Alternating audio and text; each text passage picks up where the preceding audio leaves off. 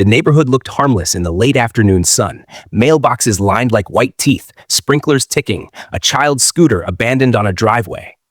That's why the sight was so jarring. A security volunteer with a badge no one voted for, hands shaking near a holster, eyes narrow and certain. He believed he was the law. He believed she was a problem. He didn't see the quiet discipline in her stance, the years of training hidden in the calm of her breathing. He didn't see the truth of her service. He saw only skin, a suspicion, and a story he'd been waiting to tell. The moment stretched, then snapped. Before the moment that would define their time in Willow Ridge, Noah Reed considered the neighborhood a compromise. He liked the sidewalks and dog walkers, the way the sunset clung to the lake.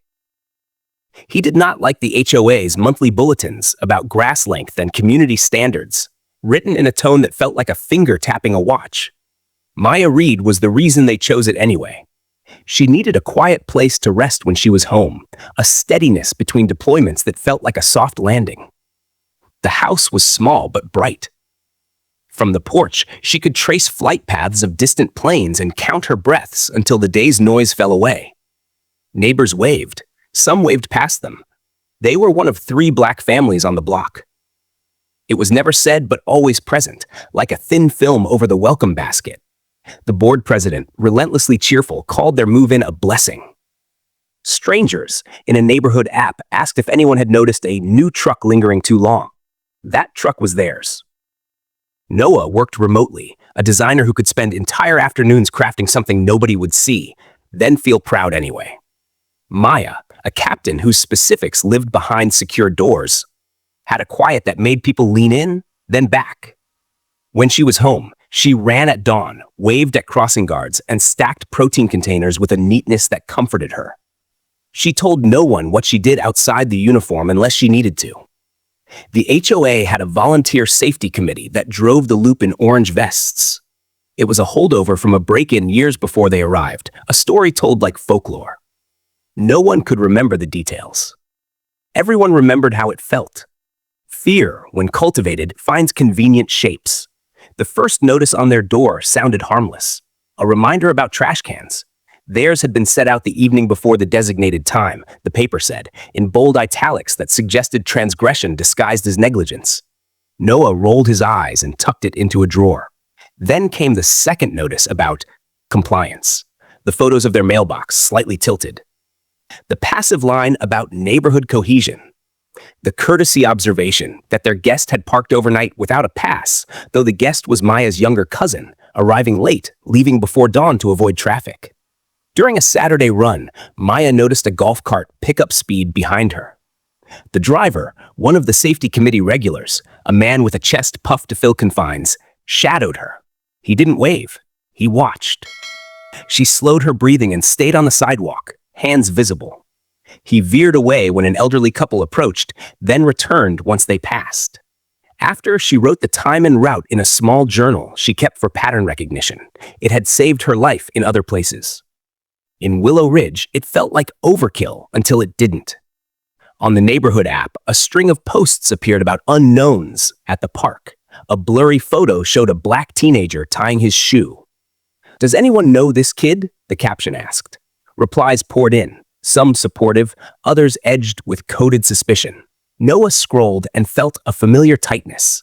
He thought about his own teenage years, the way store clerks folded themselves into vigilance.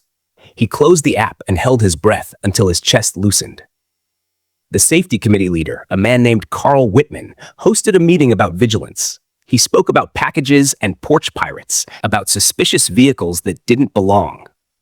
He had no authority beyond a laminated badge and a radio that squawked with self-importance, but the cadence of his warnings did something to people. They stood taller, eyes sharper, justified. A week later, a storm knocked out the gate sensor. The HOA police, as some residents jokingly called them, rerouted traffic to the side entrance while repairs were pending. That's when the checks began. Not of everyone, but of some. The orange-vested watchman waved certain cars through with a thumbs up and gestured others to stop with a flat palm that felt like a punishment.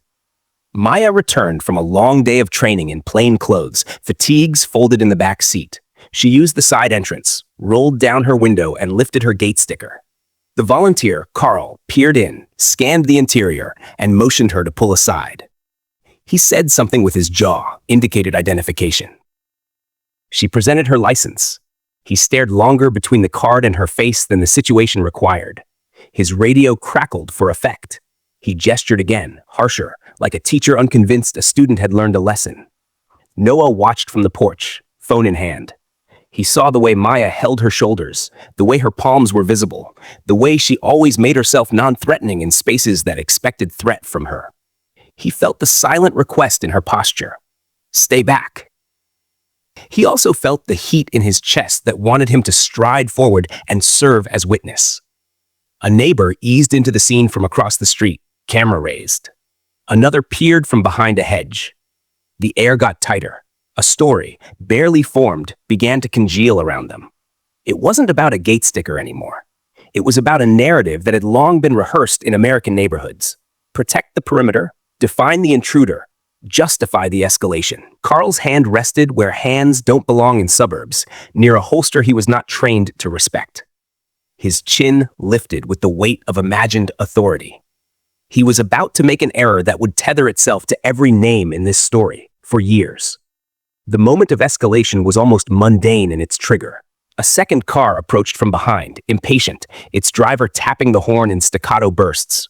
Carl flinched toward the noise, then refocused with a surge of performative command. He stepped closer to Maya's window with his hand near the weapon, the radio chirping in his other palm. The impatience of a stranger became the wind that tipped a brittle branch. He demanded compliance with a posture rather than words. His eyes carried a story, a dangerous outsider in a safe place. He had rehearsed it in meetings, in dog-walk conversations, in the tight loops of his mind. The story had him as the protector. The problem was that reality had a different cast and a different cost. He drew the weapon. Noah's breath left him. The neighbors' phones rose. Somewhere a child squealed with the unbroken disbelief of a world still new.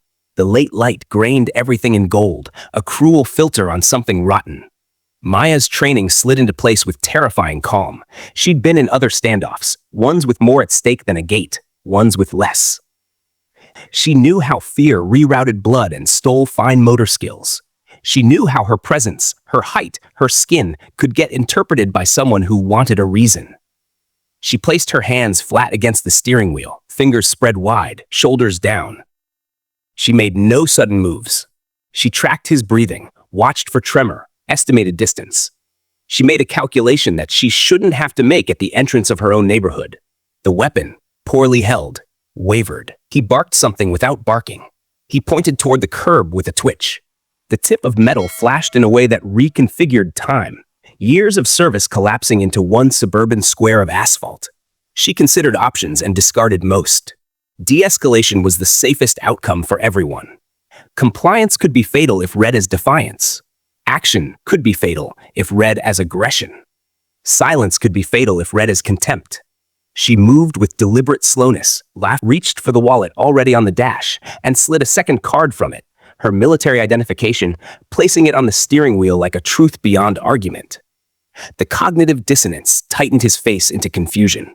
He glanced, recalculated, then doubled down.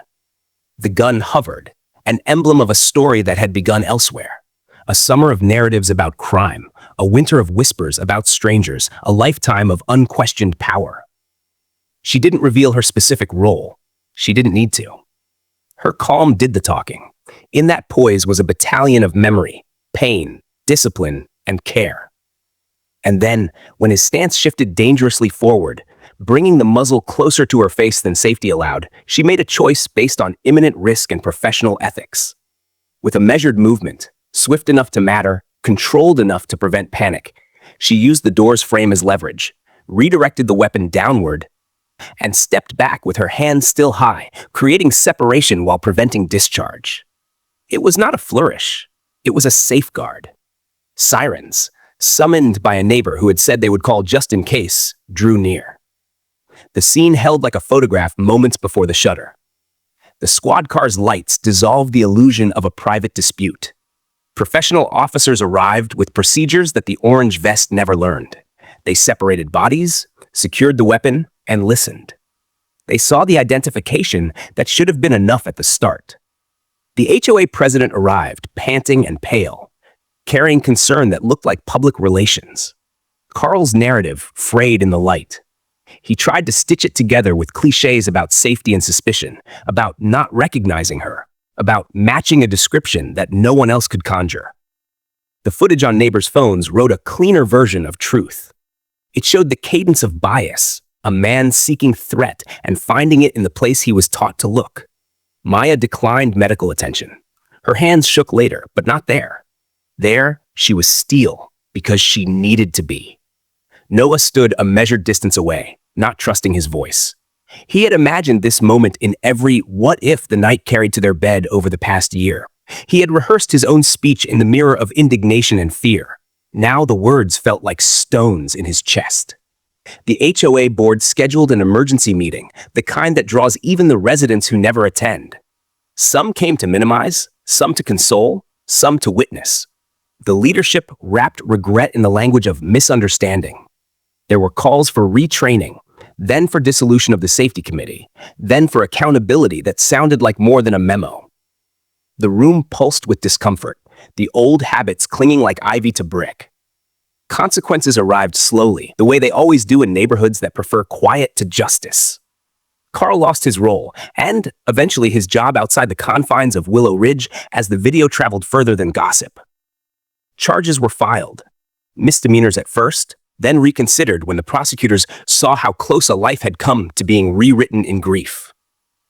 None of it felt like victory. It felt like the minimum. Maya and Noah stayed, not because they forgave the place, but because staying would be part of the work. Maya lent her poise to a new safety plan designed by professionals. Noah designed flyers that spoke plainly about bias and belonging. Neighbors knocked on doors to acknowledge what had happened. Some cried, some learned, some resisted. The scooter returned to the driveway across the street. Sprinklers ticked again. Life, infuriatingly, kept going. Yet the air had changed. There was a new vigilance, not of strangers, but of stories. Who gets cast as threat? Who gets believed? Who gets protected? A question lingered for anyone who watched the footage or heard the tale beneath it. When rules and roles can be bent by fear, who will we be in that stretch between suspicion and harm? In that narrow pause, before the hand moves, before the mind closes, what story will we choose to tell with our eyes, our posture, our neighbors' names?